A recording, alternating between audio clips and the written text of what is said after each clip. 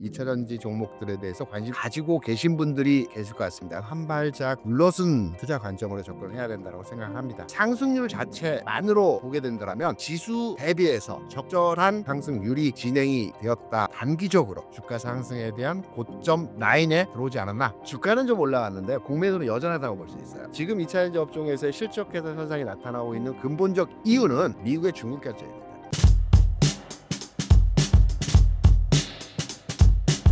여러분 안녕하십니까? 저는 KR 리서치의 김대중입니다. 여러분 반갑습니다. 최근 2차 전지주 주가 흐름과 강세의 배경이 무엇인가요? 2차전지에 대해서 현재 가지고 계신 분들은 손실폭이 좀 줄어드셨을 거라고 생각이 되는데요. 신규로 투자를 머뭇하다가 이게 단기간 내 주가 흐름에서의 상승률이 진행되었지 않습니까? 그래서 지금부터 2차전지 종목들에 대해서 관심도를 가지고 계신 분들이 계실 것 같습니다. 그래서 우리 애독자 여러분께 2차전지 제가 지금까지 우리 신사임당 방송을 통해서 상당히 긍정적으로 최근 내에서 말씀들을 많이 드렸어요. 이제는 조금 더 지켜보면서 한 발짝 물러선 상태로의 2차전지 종목에 대한 투자 관점으로 접근해야 된다고 생각합니다. 일단 2차전지에 대한 전반의 흐름을 보게 되면 다 바닥 대비해서 2배 정도씩 올라왔어요. 삼성전자도 5만 원대에서 10만 원까지 왔기 때문에 2차전지 업종의 종목들도 2배 정도의 상승률 자체로의 흐름을 보게 되면 2배 정도 올라왔고요. 종목별로의 흐름을 보게 되면 에코프로 같은 경우는 4만 원에서 8만 원 정도까지 올라왔고요. 에코프로 BM은 8만 원에서 16만 원까지 올라왔고요. 포스코피츠엠은 10만 원에서 20만 원까지 올라왔고 LNF는 5만 원에서 11만 원까지의 흐름들이 진행되었어요. 그리고 대형주에 있는 종목들은 그 상승률이 2배는 안 되고 한 7-80% 되죠. LG에너솔루션도 26만 원에서 45만 원까지 올랐고 SDI도 비슷하게 한 7-80% 올라왔죠. 이제 상승률 자체만으로 보게 된다면 지수 대비해서 적절한 흐름에서의 상승률이 현재 진행이 되었다라고 가격 차로에 지금 전체적으로 2차 종목에 대한 흐름을 판단해서 설명을 드릴 수 있을 것 같습니다. 2차 전지 업황 관련한 호재성 재료들이 있을까요? 지난 시간에 제가 나와서 소재 수출이 의미 있는 변화에 돼 있다를 보여줬다라는 말씀을 드렸어요. 우리가 이제 셀사 같은 경우에는 수출 데이터가 정확하지가 않아요. 왜냐하면 주로 현지 공장에서 생산을 하기 때문에 이게 수출 데이터로 잡히지 않거든요. 그래서 업황에 대한 전반의 상황을 체크하기가 쉽지가 않은데 소재는 국내에서 생산을 해서 해외 생산기지, 셀 생산기지로 보내어지기 때문에 정확한 2차전지 업종에서의 현황을 판단할 수 있는 근거로의 데이터로 확인할 수 있거든요. 소재 수출이 최근 2년 만에 플러스로 돌아섰어요. 플러스로 돌아섰다는 게 무슨 얘기냐면 이 소재 수출 데이터를 판독하는 내용은 전년 동월 대비 이번 달 흐름에 대한 내용으로 증감했냐 감소했냐를 판단하거든요. 지난 2년 동안은 계속 감소 추세가 진행되어지다가 지난 9월에 흐름에서의 이 상승으로 한 자릿수이긴 합니다. 크지 않은 숫자이긴 하지만 의미 있는 소재 상승에서의 흐름이 진행되었다라고 판단이 되고 있고요. 여기 하나 추가로의 설명을 드리자면 리튬 가격의 반등입니다.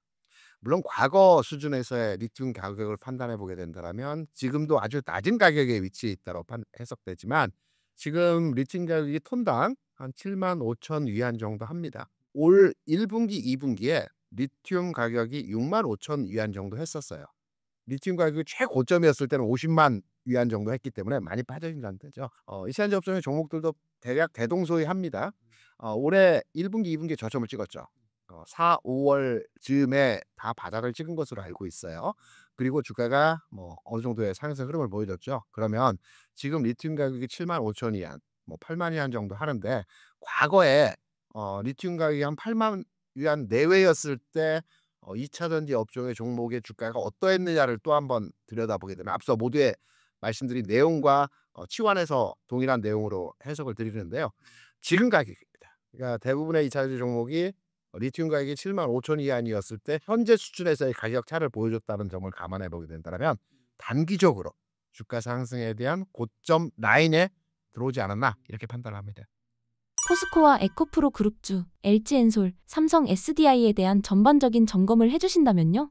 에코프로 관련 종목들의 흐름들은 앞서 말씀드린 것처럼 2배 정도의 상승률이 진행이 되었죠. 그리고 포스코피쉬엠도 2배가 올랐는데 개인 투자자분들이 가장 선호하는 종목이라고 할 수 있는 포스코홀딩스의 주가 상황이 그렇게 녹록하지는 않은 것 같아요. 그런데 혹여 가지고 계신 분이라고 한다면 저는 포스코홀딩스에 대해서 굉장히 긍정적으로 판단하고 해석을 하고 있습니다. 왜냐하면 우리가 이제 기존의 포스코홀딩스 같은 경우는 2 차전지 업종의 종목으로 분류가 되는 형태로의 주가 흐름들이 보여졌어요. 근데 최근에 주식시장에서의 흐름들을 보게 되면 자동차가 안 움직이다가 강세 현상에서의 모습을 보여줘요. 그리고 석유화학 업종이 최근에 굉장히 무디게 움직이는 흐름에서 LG화학을 비롯해서 대한유화라든가 이런 석유화학, 이수화학 같은 경우는 굉장히 강하죠. 이런 흐름들에 안 움직이던 종목들의 흐름들이 만들어지고 있습니다. 이게 무슨 얘기냐면 미국에서 긴축 종료를 한다는 파월 의장의 메시지가 있었지 않습니까? 긴축을 종료한다는 의미는 우리가 투자하는 입장에서 어떻게 받아들여야 되냐면 기존의 정부가 유동성을 흡수하는 과정에서의 진행을 멈추겠다라는 얘기거든요.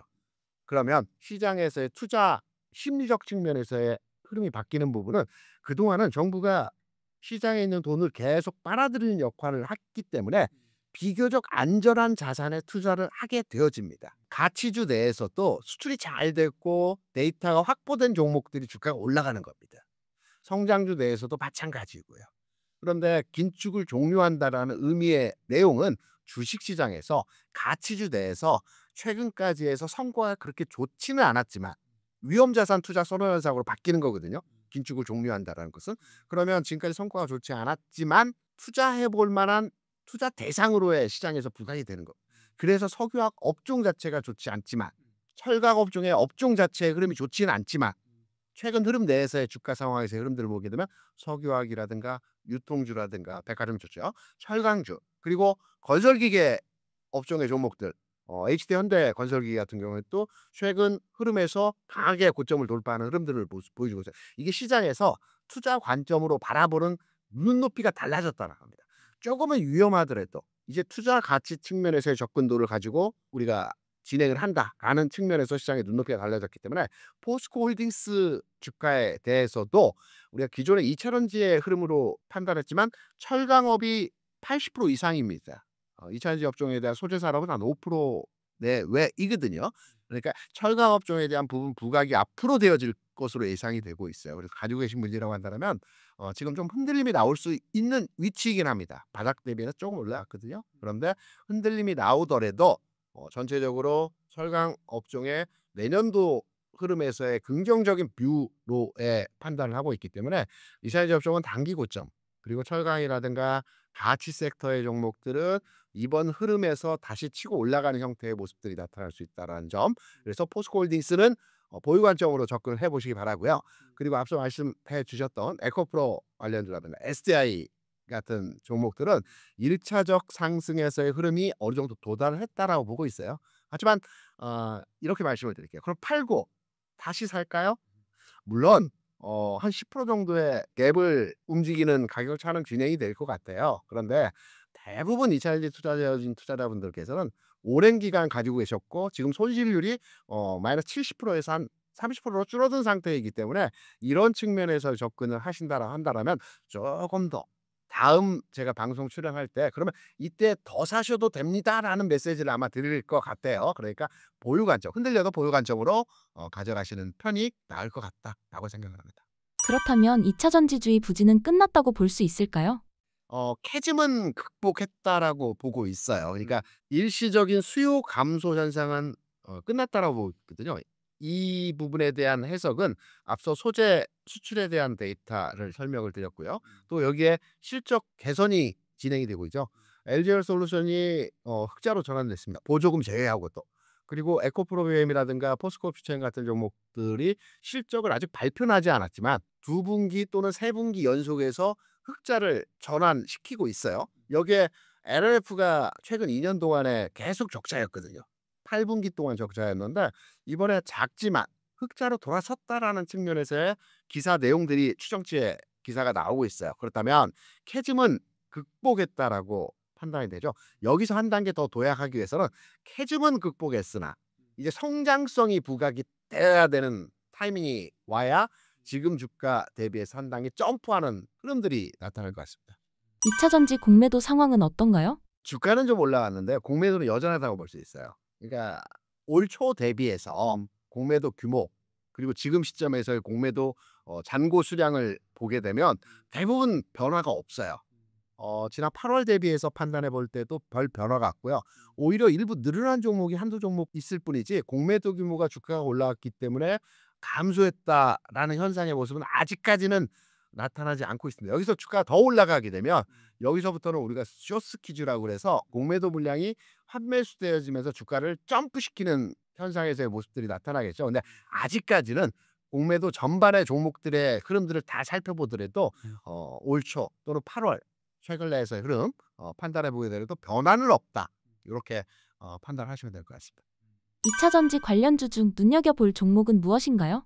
저는 LNF에 대해서 앞으로 우리가 주시하고 가능성에 대해서 판단을 해야 될 것 같아요. LNF는 기존의 2차 전지 에코프로 관련주라든가 기타 포스코 내에서의 2차 전지 종목들이 움직일 때 상이한 주가 움직임의 상황을 보여줬습니다. 먼저 움직였죠. 그러니까 LNF는 22년도에 피날레를 치면서 주가가 굉장히 강했던 종목이 그리고 앞서 말씀드렸던 대다수의 2차 전지 업종은 23년도에 피날레를 치면서 고점을 그려줬던 종목이에요.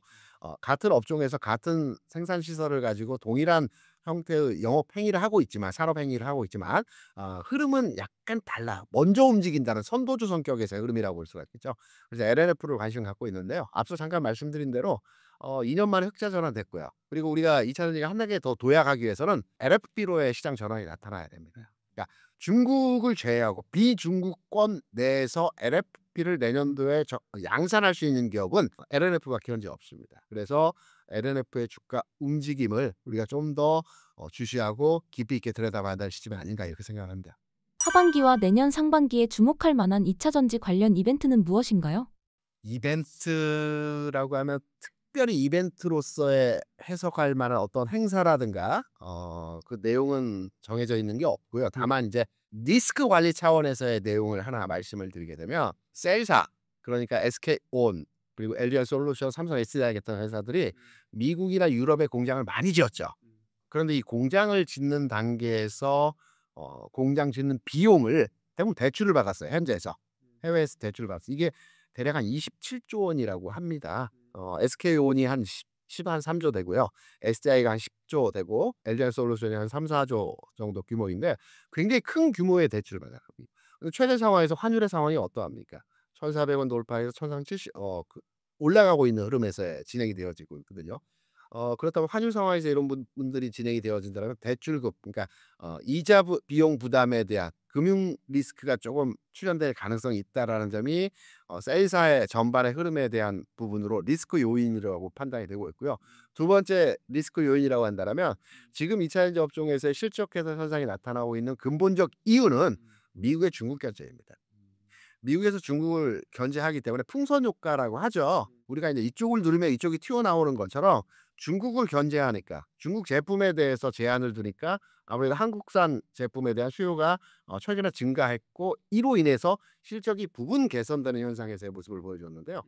혹여 물론 이제 전체적인 큰 흐름에서의 모습을 보게 되면 중국과 미국이 화해하고 세계 경기 흐름에 대해서 동조하는 형태로 부양의 길로 가야 되겠지만 혹여 여기에서 좀 뭐 긴밀한 관계에서의 중국과의 메시지라든가 상황이 진행되게 되면 여기에 부분 리스크 요인으로 작동할 수도 있는 부분이 있습니다. 그래서 요런 세 가지 흐름이 이벤트에 대한 내용보다는 리스크 요인으로 작동할 가능성이 있다라고 생각합니다. 단기 고점인 지금 상황에서 투자자들은 어떻게 행동해야 할까요? 기존에 가지고 계신 투자자분이 아니시고 지금 투자를 고려하고 있다라는 분들은 당연히 제가 앞서 말씀드린 것처럼 시간을 두고 저는 한 달 정도의 시간차를 두고 지금 가격 대비해서 한 10%에서 15%의 조정이 나올 때의 지점이 저점 구간이라고 보고 있습니다. 그리고 재상승 시점에서의 상황은 올 연말이나 내년 초 흐름이 되어질 것 같고요. 투자가 최근에 되어지신 분들이 이제 문제겠죠. 오래된 분들은 뭐 그냥 자식에게 물려준다라는 관점으로 중장기 투자로 인제 진행을 하셨고 지금 어떻게 액션을 취할 만한 단계에서의 흐름이 아니기 때문에 또 최근이 아니고 이전에 바닥권에서 들어오신 분은 수익권이기 때문에 뭐 원활하게 진행하실 수 있고, 다만 최근 내에서 가격적으로 단기 고점이라고 할 수 있는 시장에서 많은 분들이 2차 전지 업종에 대한 관심도를 표명을 했기 때문에 여기서 투자가 되어지신 분들이 고민이라고 판단을 해서 말씀을 드리게 되면 흔들림이 나오는데요. 이전과 같은, 그러니까 과거 지난해 2차 전지 업종의 주가는 일부 반등 주고 하락하고 일부 반등 주고 하락하고 연속적인 저점을 깨는 하락들이 진행이 되었거든요.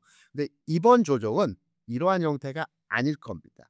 조정이 나오더라도 어느 정도, 그러니까 10% 내외 선에서의 가격 차를 방어해 주면서 안정적 흐름에서의 조정. 우리가 흔히 이런 조정을 기간 조정이라고 하죠. 그래서 시간을 투여해서 조정에 대비한다라는 측면으로 기간차를 가지고 팔았다 사기 쉽지 않습니다. 10% 차를 통해서 매매를 한다라고 하면 그럴 바에는 긴 시간이 아니고 한 달에서 한 달 반 정도 시차를 통해서 접근해 본다라고 한다면 다시 리바운딩이 나오는 구간에서의 흐름들이 진행이 되어질 수 있기 때문에 보유 관점으로 대응을 하시면 될 것 같습니다. 정부의 신산업 성장 관련 규제 논의 소식에 로봇주가 강세인데 어떻게 보시나요? 규제는 풀어야죠.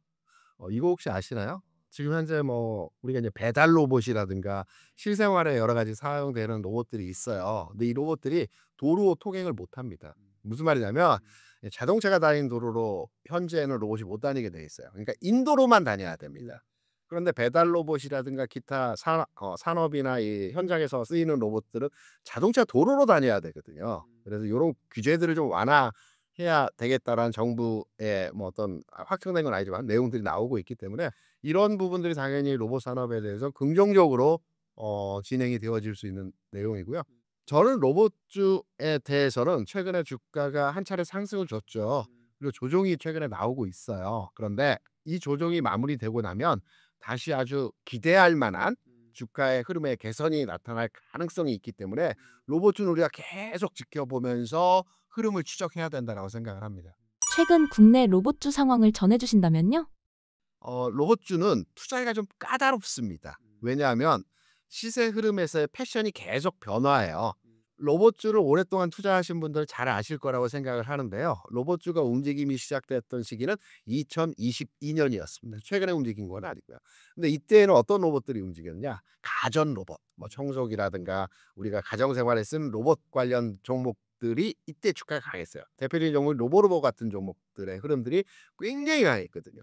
그러다가 2023년, 24년으로 넘어오면서 대기업들이 로봇주에 대한 투자를 하기 시작을 했어요. 뭐 지분을 산다든가, 대부분 지분을 사는 형태로 진행이 됐죠. 아니면 보유한 로봇 기업에 대한 상장을 한다든가. 이때 레인보우 로보틱스라든가 뭐 두산 로보틱스라든가 또 로보티즈라든가 뭐 이런 대기업에서 관심이 갖고 있는 종목들이 이때 강했어요. 그러면서 25년 올해로 넘어오면서 또 다른 패션의 경향이 바뀐 게 뭐냐면 지능형 로봇이라고 그래서 AI와 접목이 된 로봇들이 시장에서 굉장히 강하게 움직이는 모습들을 보여줬어요. 클로봇 같은 종목들. 그리고 여기 하나 추가로의 힌트적 내용을 말씀을 드리면 최근까지 해서 올해 내에서 로봇주 중에서 대장격 종목이라고 판단할 수 있는 종목이 로보티지. 아마 제 기억으로는 연초에 이 로보티지의 주가가 15,000원, 뭐 2만 원 아래 형성된 주가 모습이었는데 20만 원 넘어갔죠. 불과 10배거라고 하죠. 10개월, 뭐 8, 9개월, 10개월 만에 10배의 상승률을 보여줬어요. 근데 이 로보티지의 상승 배경, 그러니까 왜 올랐는지에 대한 내용을 기사를 찾아보시면 뚜렷하게 없어요. 핵심은 실적 턴어라운드. 로봇주들이 대부분 적자예요. 당연하죠. 미래 성장 산업이기 때문에 현재 태동기에서 연구 개발에 대해서 계속 지원을 해야 되기 때문에 지금 생산성을 가지고 이익이 날 수 있는 구조가 아닙니다. 그래서 거의 모든 로봇주들이 적자일 수밖에 없는데요.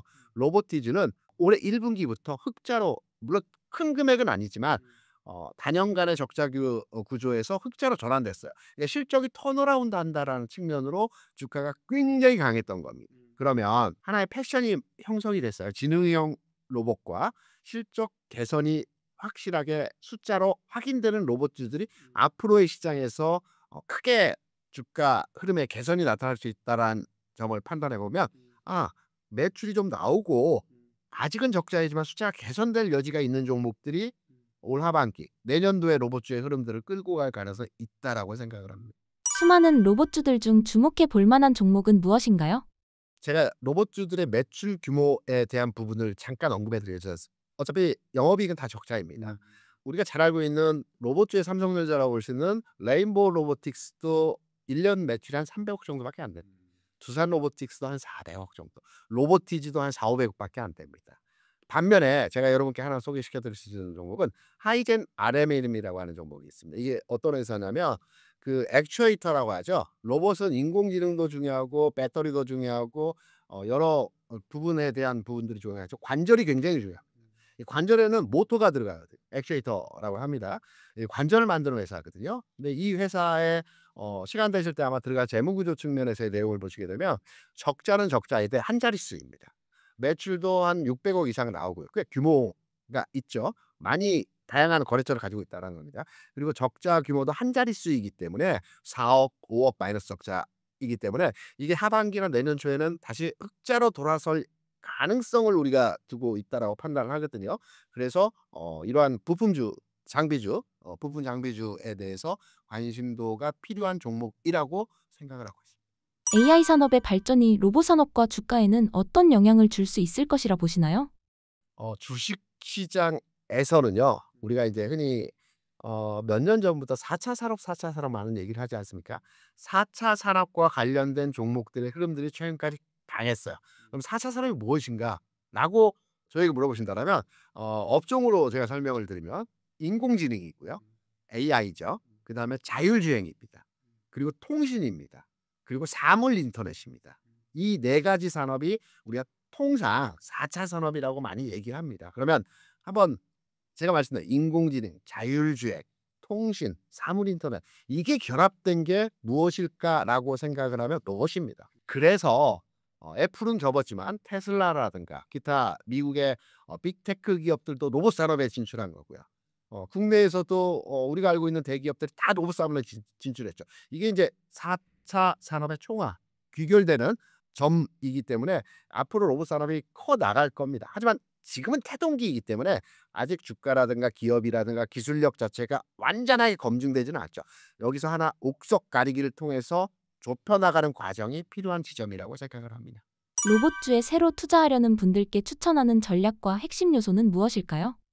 지금까지는 로봇주가 움직이면 그때그때 상황, 앞서 말씀드렸지만 가전용 로봇, 대기업에 투자하는 로봇들, 뭐 진영 로봇은 또 다른 영역이긴 하지만 지금 투자를 하고자 인제 판단하신 투자자분께서는 최근에서 로봇주 시세 흐름이 한번 쫙 진행이 되면서 저가권에 있는 로봇주들까지의 시세가 만들었어요. 예를 들어서 로보로보라든가 휴림 로봇이라든가 만 원 미만 또는 만 원 내외에 있는 저가권 로봇주들이 가격의 센 흐름에서의 모습들이 만들어졌는데요.